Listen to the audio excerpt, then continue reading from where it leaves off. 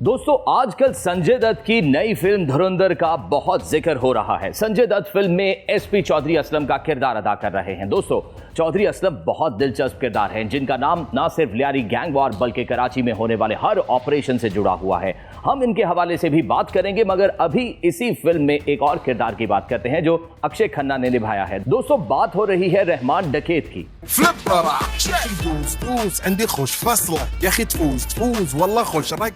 ये जिक्र फिर कभी ये इस फिल्म में सच्चाई कितनी है और प्रोपेगेंडा कितना, और इसमें असल लियारी गैंग वॉर का जिक्र है या इंडियन डायरेक्टर की ख्याली दुनिया का। अभी बात करते हैं रहमान डकैत की, जो लियारी गैंग वॉर की दूसरी नस्ल का सबसे नुमाया और मशहूर किरदार है। अपनी मां का कातिल, अमीरों और ताजिरों के लिए भत्ताखोर और डाकू, मुखालिफिन के लिए जल्लाद। मेरा बच्चे इंसान थे, मेरा बड़े तरीके से मारा है। गवर्नमेंट कमेटी का चेयरमैन है, वो खुद भी डकैत होते हुए हर वो चीज उनके सपोर्ट है पूरी। मगर इलाके के गरीबों के लिए रॉबिन हुड।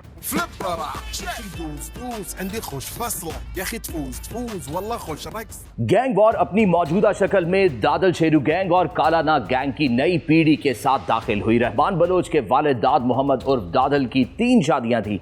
रहमान बलोच दाद मोहम्मद की दूसरी चहेती बीवी की औलाद था। जराइम की सल्तनत रहमान बलोच को वालिद और चचा की विरासत में मिली, बल्कि यूं कहें कि इसकी आंख ही दहशत और वहशत की नगरी में खुली तो गलत ना होगा। पैदाइशी नाम अब्दुर्रहमान बलोच, जराइम की दुनिया में एंट्री दी तो रहमान डकैत के नाम से मशहूरी हुई। सियासत में कदम जमाए तो सरदार अब्दुर्रहमान बलोच कहलवाना शुरू किया। अब्दुर्रहमान अलमारूफ सरदार अब्दुर्रहमान बलोच उर्फ रहमान डकैत की शख्सियत भी नामों की तरह मुख्तलिफ पहलुओं में तकसीम थी।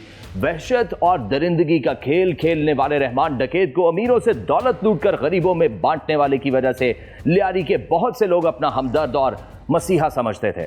भाई था, छोटा बच्चा था, बात अच्छा था, गरीबों का वास्ता बहुत अच्छा था। चौका जैसा बाप जैसा हम लोग का भाई जैसा था। लियारी में अमन कौन भाई ने लाया था। पीपल्स पार्टी की कुर्बत के तासुर के साथ पीपल्स अमन कमेटी बनाई तो सियासत पर इतनी कड़ी गिरफ्त रखी कि पूरे लियारी में पीपल्स अमन कमेटी के हिमायत याफ्ता उम्मीदवार, काउंसलर, एमपीए और एमएनएज बनते रहे। पहुंच इतनी हुई कि दावा करने वालों के मुताबिक एक मौके पर पीपल्स पार्टी के सरबरा और सदर मुमलिकत आसिफ अली जरदारी एसएसपी चौधरी असलम को ताकीद की कि रहमान डकैत गिरफ्तार हो गया तो इस पुलिस मुकाबले में मारने की बजाय अदालतों में पेश किया जाए। उस वाक़े पर भी दोबारा बात करेंगे। अभी शुरू से शुरू करते हैं। दोस्तों लियारी गैंग वॉर के इस किरदार की कहानी जितनी खूनी और खतरनाक है उतनी ही फिल्मी भी है। कुछ सरकारी रिपोर्ट्स के मुताबिक 1976 में पैदा होने वाले रहमान बलोच ने 13 साल की उम्र में ही जराइम की दुनिया में कदम रखा था। रहमान के वालिद 4 भाई थे, दाद मोहम्मद दादल, शेर मोहम्मद शेरू, बैक मोहम्मद बैकल और ताज मोहम्मद। दोस्तों इनमें दादल और शेरू का जिक्र हम लियारी गैंग वॉर के आगाज वाली वीडियो में कर चुके हैं। जिस्म फरोशी के धंधे में दलाली, बदमाशी का सफर भी आपको बता चुके हैं। इसके लिए आप लियारी गैंग वॉर पर दुनिया एक्सप्लेनर की पहली वीडियो देख सकते हैं, लिंक डिस्क्रिप्शन में और पिन कमेंट में डाल दिया गया है। तो दोस्तों रहमान के वालिद दादल ने लियारी में कई फलाही काम भी किए। बच्चों के लिए लाइब्रेरीज, बुजुर्गों के लिए ईदगाह, खवातीन के लिए सिलाई कढ़ाई का मरकज और नौजवानों के लिए बॉक्सिंग क्लब भी बनाए। यूं समझिए कि रहमान बलोच जराइम और फलाही कामों में अपने वालिद दादल की ही पैरवी कर रहा था। दोस्तों जिस माहौल में रहमान बलोच परवान चढ़ा, उस वक्त लियारी में शेरू दादल ग्रुप मनशियात फरोशी या दीगर जराइम पर इजारादारी नहीं रखता था। यहां पर इकबाल उर्फ बाबू डकैत का गिरोह भी करीबी मोहल्ले कैलरी में मनशियात के धंधे का बड़ा नेटवर्क था। और तीसरी जानिब था हाजी लालू का गिरोह, जो जहानाबाद, शेरशाह कब्रिस्तान, पुराना गोलीमार जैसे इलाकों में पथारेदारी, मनशियात और भत्ते का कारोबार चलाता था। तो लालू के बेटे अरशद पप्पू और यासिर अरफात भी लियारी गैंग वॉर के बड़े नामों में शामिल थे। तो इन ग्रुपों में इलाके काबू करने की लड़ाइयां चलती थी।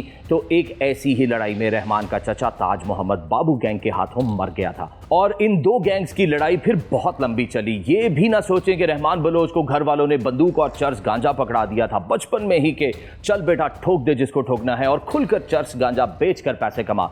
उसे एक अच्छे नाम वाले स्कूल भी भेजा गया जिसका नाम था ट्रिनिटी प्राइवेट स्कूल। दोस्तों ये स्कूल एक मिशनरी स्कूल था, यानी क्रिश्चियन चर्चेज और मिशंस के साथ अटैच होते हैं ये स्कूल। तो एजुकेशन बहुत अच्छी होती है उनकी। तो स्कूल अच्छा था, मगर इन अब्दुर्रहमान बलोच साहब का पढ़ाई में दिल नहीं था, तो छठी क्लास में ही स्कूल छोड़ दिया। तो इसी दौर में उसकी दोस्ती होती है 2 भाइयों से जिनके नाम थे रऊफ नाजिम और आरिफ। अब उनके वालिद भी मनशियात ड्रग्स का काम करते थे। तो एक देसी कहावत है, डाक खाना मिलना यानी बैकग्राउंड मैच हो गया तो दोस्ती पक्की हो गई। तो लड़कों ने अपना काम खोल लिया, मतलब खानदानी रिवायत आगे बढ़ाई और गैंग बना जिसका हेड था आरिफ नाजिम।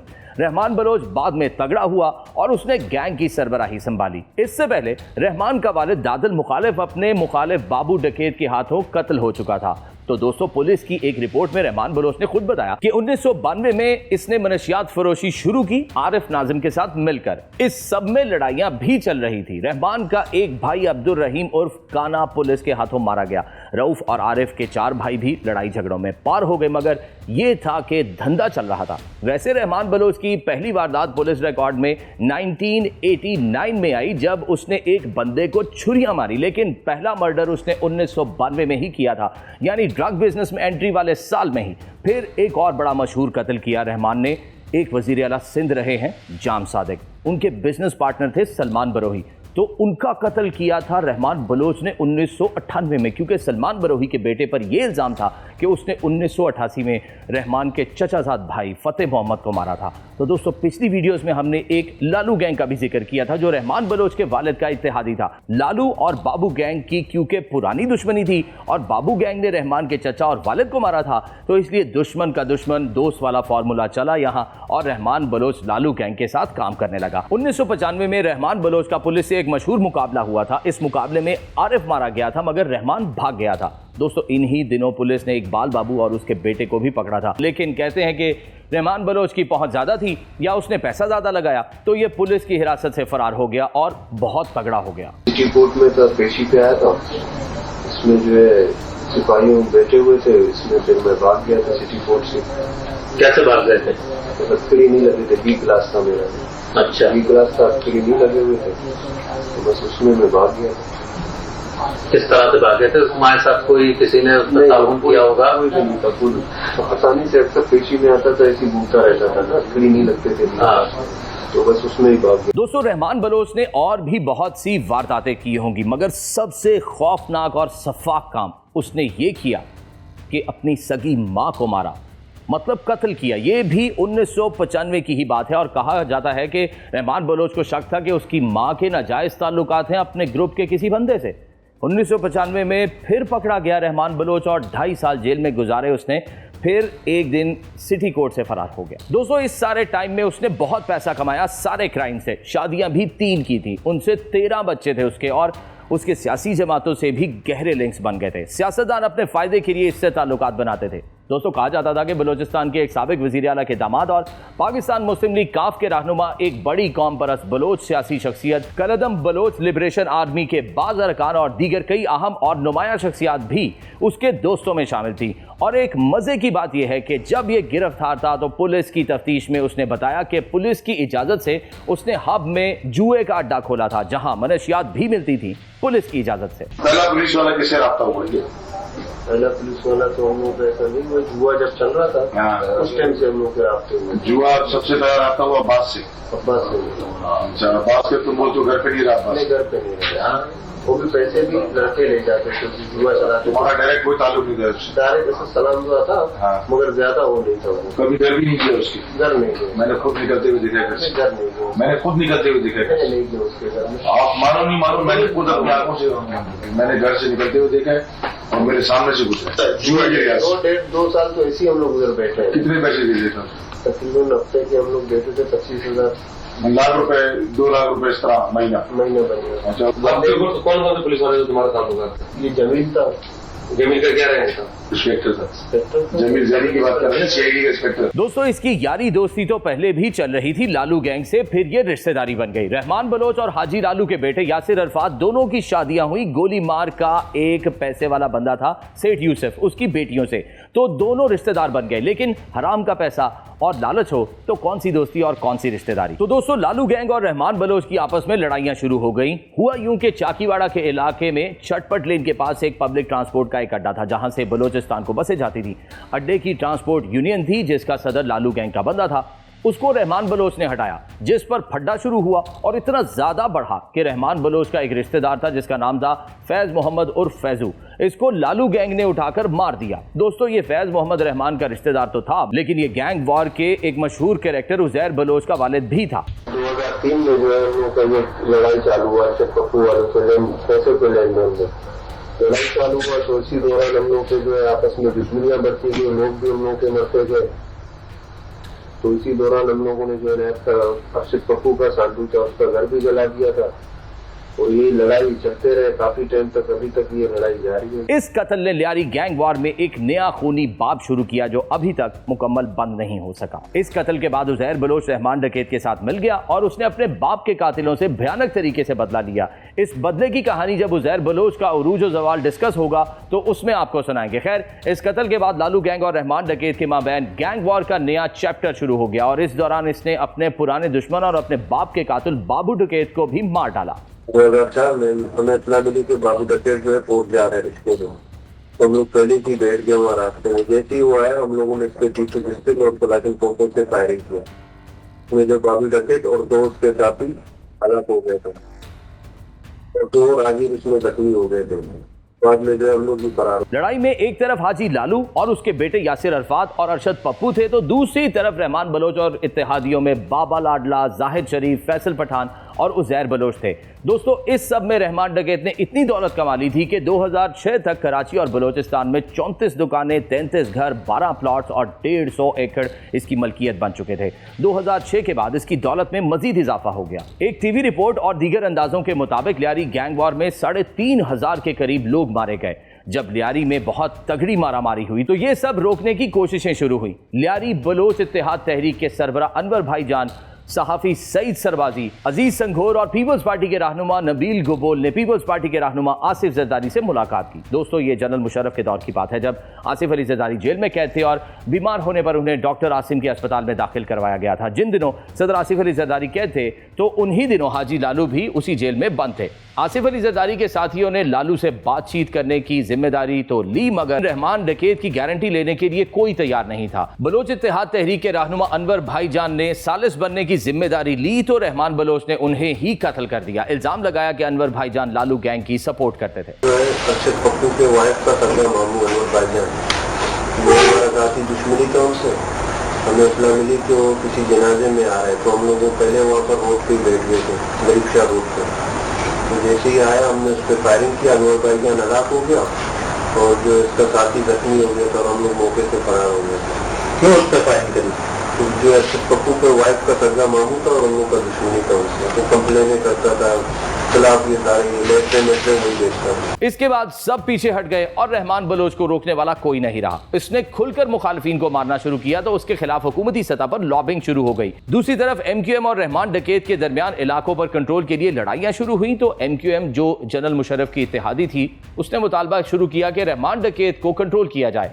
इस दौरान रहमान डकैत की पीपल्स पार्टी से कुर्बत बरकरार रही बल्कि मजीद बढ़ गई। इसका बड़ा सबूत मोहतरमा बेनजीर भुट्टो की पाकिस्तान वापसी पर होने वाला वाकया है। 18 अक्टूबर 2007 को बेनजीर भुट्टो साहिबा पाकिस्तान आई तो इस्तकबाली जुलूस में बम धमाके हुए। 200 अफराद इस धमाके में मारे गए। बीबी इन बम धमाकों से तो महफूज रही मगर उनका मुहाफिज काफिला बुरी तरह मुतासिर हुआ। तो उस वक्त बीबी को उस मकाम से बिलावल हाउस तक पहुंचाने की जिम्मेदारी लेने की पुलिस समेत किसी भी इदारे में भी अहलियत नजर नहीं आ रही थी।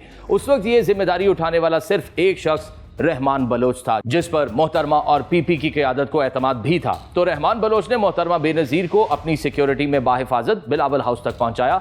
वैसे इस बात की पीपी रहनुमा नबील गबोल तरदीद करते हैं, लेकिन पीपल्स पार्टी की सिंध हुकूमत के दौर में उस वक्त के वजीर दाखिला जुल्फ़िकार मिर्जा की रहमान बलोच के साथ तस्वीर भी मीडिया की ज़ीनत बनती रही। जुल्फ़िकार मिर्जा साहब नजर आ रहा है सामने कि सूबाई वजीर जुल्फ़िकार मिर्जा जो हैं वो रहमान डकैत के साथ खड़े हुए हैं और वो पीपल्स पार्टी के एक अहम कारकुनान में से था। खैर हम बात करते हैं रहमान बलोच के जवाल और मौत की। दोस्तों रहमान बलोच की अपने मुखालिफिन से लड़ाई बढ़ने की एक वजह पीपल्स आर्म्ड कमेटी का कयाम भी बनी। रहमान बलोच ने बलोच अस्करियती तहरीकों के मशवरे पर न सिर्फ लियारी बल्कि कराची भर में पीपल्स आर्म्ड कमेटी के यूनिट और सेक्टर्स बनाए। ये वही स्ट्रक्चर था जिस पर एमक्यूएम कायम थी। तो आर्म्ड कमेटी से ना सिर्फ एमक्यूएम बल्कि पीपल्स पार्टी को भी खदशा हो गया कि एक तो लियारी गैंग वार पूरे शहर में फैल सकती है, दूसरा ये कि एमक्यूएम और पीपल्स पार्टी के सियासी असर और सूख के लिए भी बड़ा चैलेंज बन गया। पीपल्स अमन कमेटी के कयाम से पहले ही रहमान बलोच का ग्रुप इतना तगड़ा था कि वो एमपीए, एमएनए, नाजिम, काउंसलर सबके टिकट्स का फैसला करता था।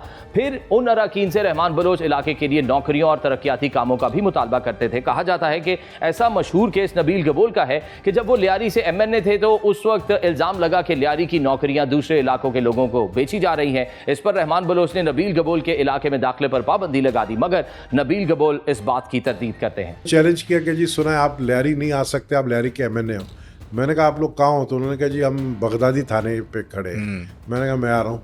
मैं वहाँ पहुँच गया और मैं पहुँच गया वहाँ पर, और मैं पहुँच के फिर उसी लियारी के डिस्टर्ब एरिया में एंटर हुआ हूँ जहाँ पर लोग मुझे मारने के लिए रॉकेट लॉन्चर्स लेके खड़े हुए थे कि नबील गबोल आएगा तो हम इसको छोड़ेंगे नहीं। बट जैसे ही मुझे उन्होंने देखा तो उनको हिम्मत नहीं हुई। कहा जाता है कि इस सब में एमक्यूएम के अस्करी विंग और रहमान बलोच के मुखालिफ अरशद पप्पू के दरमियान इत्तेहाद हो गया। दोनों मिलकर रहमान बलोच को ठिकाने लगाने की कोशिशों में लग गए। रहमान बलोच को हालात संगीन महसूस हुए तो उसने लियारी छोड़कर कोयटा में पनाह ली। इसी दौरान 2006 में रहमान मलिक चौधरी असलम के हाथों गिरफ्तार हुआ। कहा जाता है कि यही वो गिरफ्तारी थी जिसके दौरान चौधरी असलम को आसिफ अली जरदारी का फोन आया और उन्होंने रहमान बलोच को मारने से मना किया, चौधरी असलम को।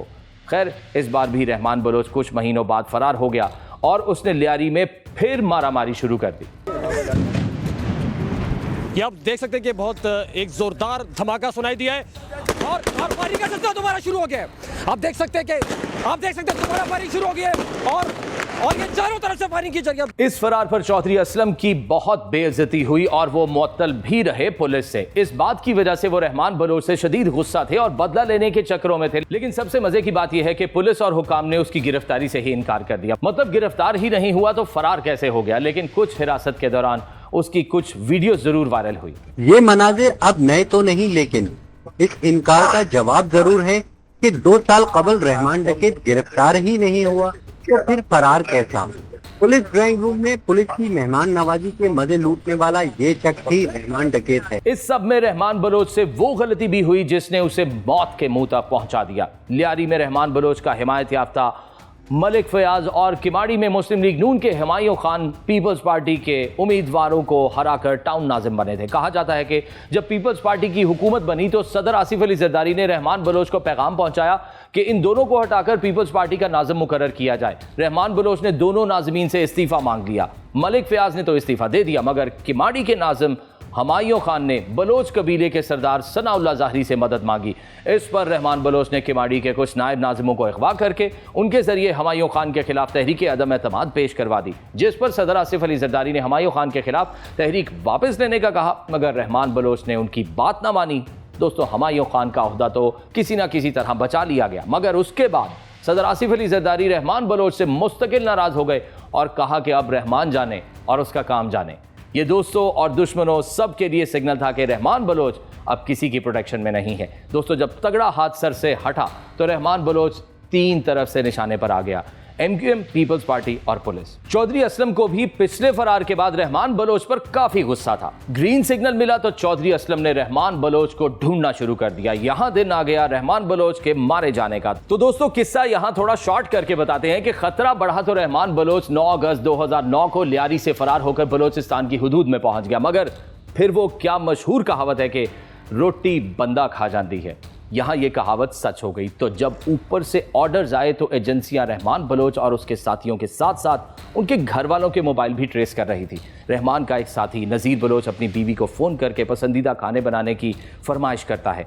और इस तरह रोटी के चक्कर में रहमान बलोच और उनके साथी खुद शिकार हो जाते हैं। कंफर्मेशन पर चौधरी असलम और police team Gwadar coastal highway के 0 पॉइंट पर पहुंच जाती है और रहमान डकैत को घेर लेते हैं। इस खतरे पर के मुल्जिम मज़ाहमत ना करे, पुलिस एहलकार कोस्ट गार्ड की वर्दी पहन लेते हैं और चेकिंग के बहाने रहमान बलोच को पकड़ लिया जाता है। दोस्तों, रहमान और उसके साथियों को नेशनल हाईवे स्टील टाउन के लिंक रोड पर ले जाया जाता है, जहां उसे पुलिस मुकाबले में पार कर दिया जाता है। कराची पुलिस ने ये नहायत एक कामयाब इनकाउंटर किया है, जिसमें रहमान डकैत अपने कुछ साथियों के साथ हिलाक हुआ है।